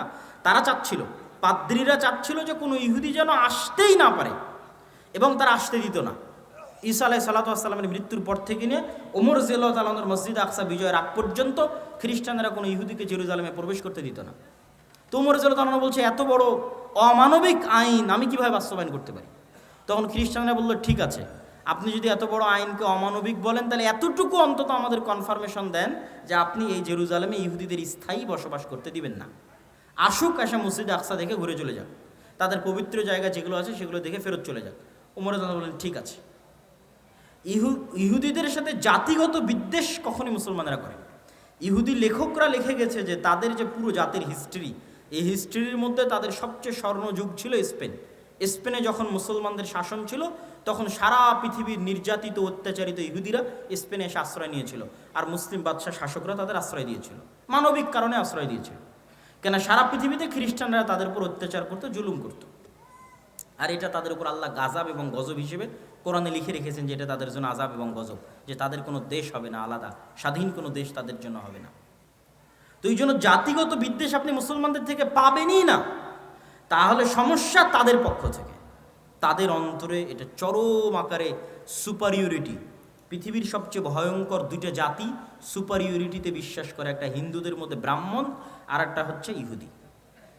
চরম আকারের সুপারিয়রিটিতে বিশ্বাস করে যে আমরা ডাইরেক্ট খোদার সন্তান, নাউজুবিল্লাহ, আল্লাহর সন্তান। ব্রাহ্মণেরা বিশ্বাস করে আমরা আল্লাহর মাথা থেকে তৈরি হয়েছে, ওরা বিশ্বাস করে আমরা আল্লাহর সন্তান। পৃথিবীতে আমরা বাদের যারা আছে সব আমাদের গোলাম, সবার বউ আমাদের জন্য হালাল, সবার ছেলে মেয়েকে জবাই করাও আমাদের জন্য হালাল, এতে আমাদের কোনো গুনাহ হবে না। কত রকমের এক্সট্রিম লেভেলের সুপারিয়রিটিতে তারা বিশ্বাস করে। এই সুপারিয়রিটির জায়গায় সবচেয়ে বড় আঘাত, সবচেয়ে বড় ধাক্কা দিয়েছে মুহাম্মদ সাল্লাল্লাহু আলাইহি ওয়াসাল্লাম। কি জন্য? তাদের এই সুপারিয়রিটির দাবির ভিত্তি হচ্ছে তারা ইব্রাহিমের সন্তান, ইসহাকের বংশধর। এটাই দাবির ভিত্তি। তো মুহাম্মদ সাল্লাল্লাহু আলাইহি ওয়াসাল্লাম এসে দাবি করলেন আমি ইব্রাহিমের আর এক সন্তান ইসমাইলের বংশধর। এই জায়গায় হলো বংশগত দিক থেকে সবচেয়ে বড় অ্যাটাক, যে আমরা যেই রক্তের হওয়ার কারণে ফাখর করি, অহংকার করি, গর্ব করি, আল্লাহ শেষ নবী আমাদের বাইরে ওই রক্তের মধ্যে ইব্রাহিমের আর এক সন্তান ইসমাইলের মধ্যে দিয়ে দিলেন, ইসমাইল আলাইহিস সালাতু ওয়াস সালামের মধ্যে। তাহলে তাদের সুপারিয়রিটিতে সবচেয়ে বড় আঘাত হানলেন কে? মুহাম্মদ সাল্লাল্লাহু আলাইহি ওয়াসাল্লাম। যে তোমাদের সুপারিয়রিটি এখন থেকে শেষ, তোমাদের বানি ইসরাইলের জন্য আল্লাহর যা রহমত বরকতের ঘোষণা ছিল সব টোটালি অফ। এখন রহমত এবং বরকত যা হবে সব উম্মতে মুহাম্মাদির জন্য। ইব্রাহিম আলাইহিস সালাতু ওয়াস সালামের সন্তান ইসমাইল, এবং আল্লাহ নবী দোয়া করলেন আল্লাহুম্মা সাল্লি আলা মুহাম্মাদ ওয়া আলা আলি মুহাম্মাদ কামা সাল্লাইতা আলা ইব্রাহিম ওয়া আলা আলি ইব্রাহিম। হে আল্লাহ, মুহাম্মদ সাল্লাল্লাহু আলাইহি ওয়াসাল্লাম এবং তার পরিবারের উপর ওই রকম রহমত বরকত নাজিল করুন যেমন ইব্রাহিমের পরিবারের উপর নাজিল করেছিলেন। আল্লাহুম্মা আমিন। আমরা দরুদে সেটা পড়ি সব সময়। তাহলে তাদের সুপারিয়রিটিতে সবচেয়ে বড় আঘাত দিলেন মুহাম্মদ সাল্লাল্লাহু আলাইহি ওয়াসাল্লাম। এই জন্য মুহাম্মদ সাল্লাল্লাহু আলাইহি ওয়াসাল্লামকে এইভাবে হত্যার চেষ্টা মক্কার কুরাইশরাও করেনি যেভাবে তারা করেছিল, কেন এটা তাদের ইগোতে আঘাত করেছে। আজও তারা বানু ইসমাইলের সন্তানদেরকে হত্যা করতেছে এই একটা কারণেই, যে তাদের সুপারিয়রিটির জন্য সবচেয়ে বড় চ্যালেঞ্জ হচ্ছে ইসলাম এবং মুসলমানরা। কেন তারা যেই মিল্লাতে ইব্রাহিমের দাবি করে, ওই মিল্লাতে ইব্রাহিমের যোগ্য এবং সত্য দাবিদার, যোগ্য এবং সত্য উত্তরসূরি হচ্ছে মুহাম্মদ সাল্লাল্লাহু আলাইহি ওয়াসাল্লাম এবং তার অনুসারীরা। এবং তাদের ধর্মগ্রন্থে লেখা আছে যে ইব্রাহিম আলাইহিসসালাতু ওয়াসসালামের আরেক স্ত্রী হাজেরা এবং হাজেরার সন্তান ইসমাইলকে মক্কায় রেখে আসা হয়েছে। তাদের ধর্মগ্রন্থে লেখা আছে তোমাদের ভাইদের মধ্যে আল্লাহ শেষ নবী পাঠাবে। ওরা মনে করে আছে আমাদের ভাইদের মধ্যে মানে বা ইব্রাহিম আলাইহিস সালামের দুই সন্তানও তো পরস্পরে ভাই, ভাই না ভাই না? ইসহাক এবং ইসমাইল পরস্পরে ভাই না ভাই না? ভাই। তারা মনে করে আছে যে ইয়াকুব আলাইহিস সালামের 12 সন্তান, আমরা পরস্পরে ভাই, আমাদের মধ্যে থেকে আল্লাহ শেষ নবী পাঠাবেন, এই অপেক্ষায় তারা আছে। কিন্তু আল্লাহ সুবহানাহু ওয়া তাআলা তাদের ভাইদের মধ্যেই শেষ নবী পাঠিয়েছেন, সেটা তাদের আদি ভাই ইয়াকুবের পিতা ইসহাক আলাইহিসসালাতু ওয়াসসালামের রক্তের ভাই ইসমাইল আলাইহিসসালাতু ওয়াসসালামের বংশে আল্লাহ সুবহানাহু ওয়া তাআলা শেষ নবী পাঠিয়েছে। সম্মানিত উপস্থিতি, এই হিংসার কারণে, এই বিদ্বেষের কারণে তারা মুসলমান এবং ইসলামদেরকে সমূলে ধ্বংস করে দিতে চায়। কেন তারা জানে তাদের পতন যদি কারো হাতে হয়, মুসলমানদের হাতেই হবে। এটাই হলো সমস্যা। যেমন ফেরাউন জানতো তার পতন যদি কারো হাতে হয়, বানু ইসরাইলের হাতে হবে। তারাও জানে আমাদের পতন যদি কোনোদিন কারো হাতে হয়, তাহলে মুসলমানদের হাতে হবে। সম্মানিত উপস্থিতি, আমি আমার এই দীর্ঘ ঐতিহাসিক বিশ্লেষণ থেকে আপনাদের কাছে এতটুকুই আহ্বান জানাবো, দিনে ফিরে আসা ছাড়া। আপনি তাদের সাথে মোকাবেলা করবেন অথচ আপনার মধ্যে দিন নাই, তাহলে কি দিয়ে মোকাবেলা করবেন? সে তো দিনের কারণেই এটা জয় করতে এসেছে, দিনের কারণে এখানে শাসন প্রতিষ্ঠা করতে এসেছে, দিনের কারণে আপনাকে হত্যা করছে। আর আপনি দিন ছেড়ে দিয়ে তার উপর দিয়ে বিজয় লাভ করতে চাচ্ছেন, এটা ইম্পসিবল, অসম্ভব। একদল মানুষ যদি দিন পালন করে আল্লাহর উপর ভরসা করে বের হয়ে আসে, তাহলে তাদের হাতে আল্লাহ সুবহানাহু ওয়া তাআলা মসজিদে আকসা বিজয় দিবেন, এটা আল্লাহর ওয়াদা। আমরা এখন পারছি না কেন? আমরা এখন গজবের অবস্থায় আছি, আযাবের অবস্থায় আছি। আল্লাহ তাদেরকে দিয়ে আমাদের উপর শাস্তি দিচ্ছে। যেমন ফেরাউনকে দিয়ে তাদেরকে শাস্তি দিয়েছিল, তাদেরকে আযাব এবং গজবের মধ্যে আল্লাহ সুবহানাহু ওয়া তাআলা নিক্ষেপ করেছিলেন। ঠিক এই যুগের ফেরাউন হচ্ছে তারা। আমরা আযাব এবং গজবের মধ্যে আছি, এবং এখান থেকে উদ্ধার পেতে হলে ঈমান এবং আমল লাগবে, স্বাধীন চেতা বিশ্বাসী লাগবে। গোলামি বিশ্বাস চলবে না। আমি বলেছি আমাদের সবচেয়ে বড় সমস্যা গোলামির বিশ্বাস। মুসা আলাইহিস সালাম যদি বানু ইসরাইলের ঘর বাড়িতেই লুকিয়ে লুকিয়ে মানুষ হতেন, উনি জীবনে কোনোদিন ওই ফেরাউনের বংশের কিবতীকে এক থাপ্পড়ে হত্যা করতেন না। কেননা বানু ইসরাইলের সাথে পালিয়ে পালিয়ে মানুষ হতে হতে অন্তর ছোট হয়ে যেত। কথা আমার বুঝতে পারছেন? তো মুসা আলাইহিস সালামকে আল্লাহ মানুষ করলেন ফেরাউনের ঘরে। তো ফেরাউনের ঘরে উনি স্বাধীন চেতা হয়ে মানুষ হয়েছে, যে একটা মানুষের পূর্ণ অধিকার সুযোগ সুবিধা কি হওয়া উচিত। ওই অবস্থায় বড় হয়ে যখন দেখছে তার বংশের মানুষকে আর একজন মারছে, তখন দিয়েছে এক থাপ্পড়ে মরে গেছে। তো এক থাপ্পড় দেওয়ার জাজবা কোথায় থেকে আসলো? গোলামি মুক্ত অবস্থায় বড় হয়েছেন, এই জন্য আল্লাহ তাকে গোলামি মুক্ত অবস্থায় ফেরাউনের বাড়িতে, ফেরাউনের ঘরে বড় করেছে। আর আমরা জীবনযাপন করছি 200-250 বছর থেকে গোলামির অবস্থায়, এখনও গোলামির অবস্থায়। স্বাধীন চেতা মনোভাব আমাদের মধ্যে নাই। আমাদের চাল চরিত্র বিকৃত হয়ে গেছে, স্বভাব চরিত্র বিকৃত হয়ে গেছে। এই জন্য আমাদেরকে আমাদের দিনে ফিরে আসতে হবে, স্বাধীন চেতা মনোভাবী হতে হবে। মা এবং বোনদেরকে নিয়ত রাখতে হবে যে তারা পুত পবিত্র অবস্থায় সন্তান জন্ম দিবে আল্লাহ সুবহানাহু ওয়া তাআলার সন্তুষ্টির জন্য, আল্লাহর দ্বীনের জন্য।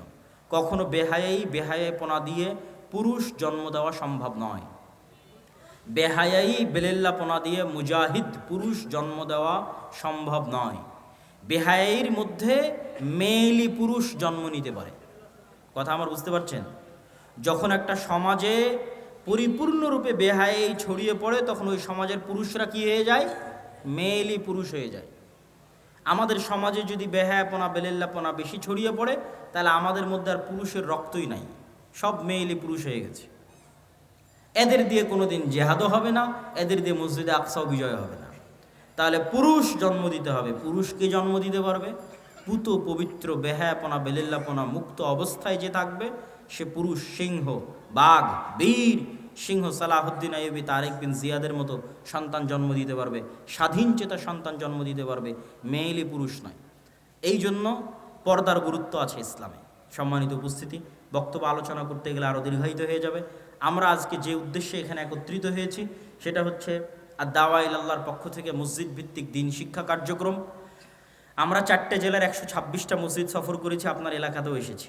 আপনাদের চারঘাটে সফর করেছি, আপনাদের বাঘায় সফর করেছি, আপনাদের পুঠিয়াতে সফর করেছি। হয়তো সফরের সময় আপনারা ছিলেন না বা জানতেন না, হয়তো সবাই বুঝতে পারেননি, কিন্তু আমরা আমাদের মতো 126টা মসজিদ সফর শেষ করেছি। আমাদের সফরগুলো আবারও শুরু হবে ইনশাআল্লাহ। এবং 200 থেকে 250টার মতো মসজিদে আমাদের মসজিদ ভিত্তিক দিন শিক্ষা, মক্তব শিক্ষা কার্যক্রম পরিচালিত আছে। আমরা চাই যে মুসলমানের সন্তানেরা 2 থেকে 2.5% মাদ্রাসায় যায়, বাকিরা মাদ্রাসায় যায় না। তাদেরকে আজকের এই একদিনের বক্তব্য দিয়ে দিন শেখানো সম্ভব? এখানে আপনারা যতজন আছেন তাদেরকে আজকে আমি পূর্ণ দিন শিখিয়ে দিতে পারবো? পারবো না। এখানে শত শত স্কুল কলেজের ছাত্র আছে, এদেরকে আজ আধা ঘন্টা 1 ঘন্টা বক্তব্য দিয়ে কি দিনের জ্ঞান দিব? তাদেরকে দিনের জ্ঞান দিতে পারবো যদি এই অঞ্চলের সব মসজিদে দিন শিক্ষার শক্তিশালী ব্যবস্থা, মসজিদে দিন শিক্ষার ব্যবস্থা তৈরি হয়। এই জন্য প্রত্যেক মসজিদ কমিটির প্রতি আমাদের উদাত্ত আহ্বান থাকবে, আমাদের সাথে হোক, আমাদের আলাদা হোক, আমাদের সিলেবাস অন্তত রেডি। আপনি আমাদের সিলেবাসটা অন্তত আপনার মসজিদে মক্তবে চালু করুন। মক্তবগুলোকে তদারকির দায়িত্ব আমাদেরকে দিন। আপনি তদারকি করতে পারছেন না, আপনি শুধু মসজিদের ইমামের, আপনার মসজিদে যে চলমান মক্তব আছে সেই চলমান মক্তবটাই আমরা তদারকি করে চাঙ্গা করে দেব। আমাদের তদারকি করার সিস্টেম আছে, আমাদের সিলেবাসের সিস্টেম আছে, প্রশিক্ষণের সিস্টেম আছে। সুতরাং প্রত্যেক মসজিদ কমিটির প্রতি উদাত্ত আহ্বান থাকবে যে আপনারা দাওয়া ইলাল্লাহর অধীনে আপনাদের মসজিদগুলোতে মক্তব শিক্ষা, দিন শিক্ষার ব্যবস্থা করুন।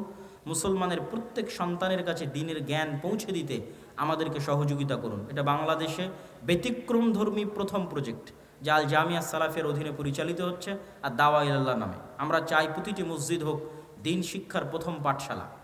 বাংলাদেশের কোনো মসজিদ যেন দিন শিক্ষা থেকে বিরত বা মুক্ত বা আলাদা না থাকে। আমার মাধ্যমে হোক, আমাকে ছাড়া হোক, মসজিদে দিন শিক্ষার ব্যবস্থা থাকতে হবে। এই নিয়ে আমরা দাওয়াত নিয়ে মসজিদে মসজিদে যাচ্ছি, আপনাদের বাড়িতে বাড়িতে এসেছি এবং আজকেও আপনাদের এলাকায় এসেছি ওই একই উদ্দেশ্য নিয়ে। আজকের প্রোগ্রামও আমরা একই উদ্দেশ্য নিয়ে দিয়েছি, সম্মানিত উপস্থিতি।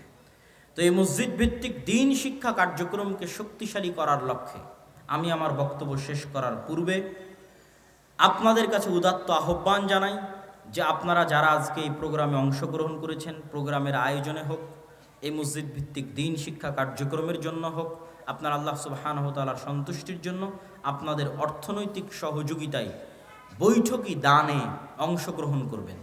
5 টাকা, 10 টাকা, 1 টাকা, 8 আনা হলেও যাতে আপনার অংশগ্রহণ মুক্ত না থাকে।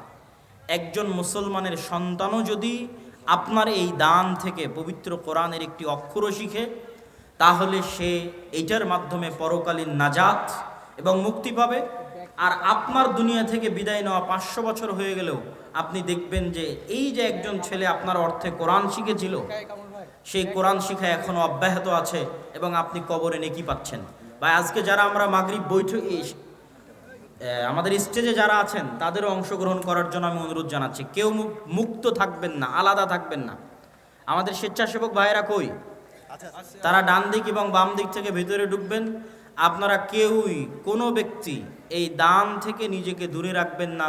আল্লাহ সুবহানাহু ওয়া তাআলা কখনোই বলেনি আপনার টাকা আপনি দান করুন, এটা কখনোই বলেনি। আল্লাহ সুবহানাহু ওয়া তাআলা বলেছে আমি তোমাদের যে রিজিক দিয়েছি সেখান থেকে দান করো, আমি দিয়েছি। তথা আল্লাহ সুবহানাহু ওয়া তাআলা আপনাকে দিয়েছে, আপনি আল্লাহর দেওয়া ওই অংশ থেকে আল্লাহর রাস্তায় ব্যয় করবেন। মসজিদ ভিত্তিক দিন শিক্ষা কার্যক্রমে আপনাদের দুইভাবে সহযোগিতা চাই। এক, আপনার এলাকায় গিয়ে মসজিদে দিন শিক্ষার ব্যবস্থা করবেন। আপনার এলাকায় মসজিদের দিন শিক্ষা ব্যবস্থা করার জন্য আমাদের সাথে যোগাযোগ করবেন। জামিয়া সালাফিয়াতে আসবেন। জামিয়া সালাফিয়াতে আদ-দাওয়া ইলাল্লাহর আলাদা অফিসই আছে। সকাল 8টা থেকে 5টা ওখানে মানুষজন বসে আছে, শুধু কোথায় মক্তব চালু করা যাবে এই জন্য, এই অপেক্ষায় বসে আছে। কোন মক্তবে আমরা সিলেবাস দিয়ে পাঠাবো এই অপেক্ষায় বসে আছে। সুতরাং আপনারা আপনাদের মসজিদগুলোতে মক্তব চালু করুন, চালু করার জন্য উদ্যোগ নিন। চালু থাকলে আমাদের সাথে যোগাযোগ করুন। আমাদের সিলেবাস এবং আমাদের ট্রেনিংয়ের মাধ্যমে আপনার ওই মসজিদে মক্তব শিক্ষাকে আমরা চাঙ্গা করতে চাই, শক্তিশালী করতে চাই।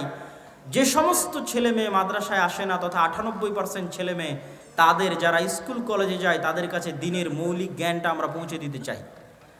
এই আমাদের চেষ্টায় শুধু অর্থনৈতিক অংশগ্রহণ আমি চাইনি। অর্থনৈতিক অংশগ্রহণ আমার মুখ্য উদ্দেশ্য নয়। আমার মুখ্য উদ্দেশ্য হচ্ছে আপনার সাথে আমার যোগাযোগ, আমার সম্পর্ক, আপনার মসজিদে আমার যাওয়ার ব্যবস্থা করে দেওয়া। এই জন্য ওপেন আমার বক্তব্যে ঘোষণা দেওয়া আছে যে আপনি যদি মনে করেন যে আমাকে লক্ষ টাকা দিয়ে আপনার একটা প্রোগ্রামে একদিনের জন্য নিয়ে যাবেন, আমাকে নিয়ে যেতে পারবেন না। কিন্তু আপনি যদি বলেন যে আপনার মসজিদে কোরআন শিক্ষার ব্যবস্থা হবে, এটা উৎসাহ দেওয়ার জন্য আমার যাওয়া দরকার, আমি আমার জমি বিক্রি করে হলো আপনার ওই মসজিদে উপস্থিত হব ইনশাআল্লাহ, এই ওয়াদা প্রত্যেকটা মসজিদে গিয়ে আমার করা আছে এবং সেই ওয়াদা আমি পূরণ করতেছি। আর ওই প্রোগ্রামেই অংশগ্রহণ করব যেই প্রোগ্রামও এরকম ফি সাবিলিল্লাহ।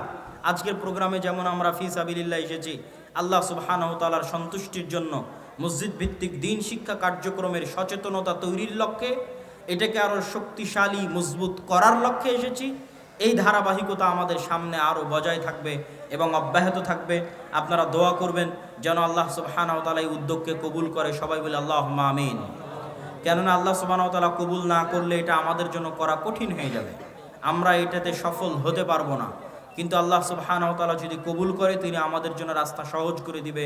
অতএব আমরা আবারও দোয়া করি আল্লাহ সুবহানাহু ওয়া তাআলা আল জামিয়া সালাফিয়ার অধীনে পরিচালিত আর দাওয়া ইলাল্লাহর মাধ্যমে মসজিদ ভিত্তিক দিন শিক্ষার এই কার্যক্রমকে কবুল করুন, আল্লাহুম্মা আমিন।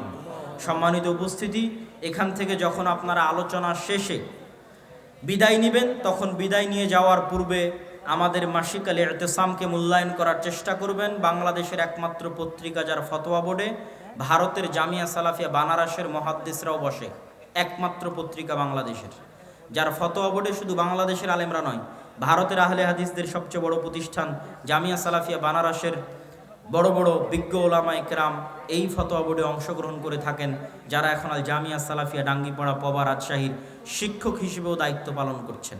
বাংলাদেশের একমাত্র শিক্ষা প্রতিষ্ঠান যেখানে এত বেশি পরিমাণে বিদেশি যোগ্য শিক্ষক দার্স প্রদান করে থাকেন, যারা আল জামিয়া সালাফিয়া বানারস ভারতের আহলে হাদিসদের সবচেয়ে বড় প্রতিষ্ঠান থেকে আগত। এটা বাংলাদেশের একমাত্র ব্যতিক্রম প্রতিষ্ঠান জামিয়া সালাফিয়া ডাঙ্গিপাড়া পবা রাজশাহী। এবং এখানে অচিরেই সৌদি থেকেও মদিনা ইসলামী বিশ্ববিদ্যালয়ের সাথে সম্পৃক্ত শিক্ষকগণ আসবেন। আমরা সেই আশায় সেই অপেক্ষায় দিন কাটাচ্ছি। ইতিমধ্যেই 3 জন মদিনা ইসলামী বিশ্ববিদ্যালয়ের সাবেক শিক্ষক 10 দিনব্যাপী জামিয়া সালাফিয়া ডাঙ্গিপাড়া পবা রাজশাহীতে দার্স দিয়ে গেছেন। এই ধারাবাহিকতা সামনে অব্যাহত থাকবে ইনশাআল্লাহ।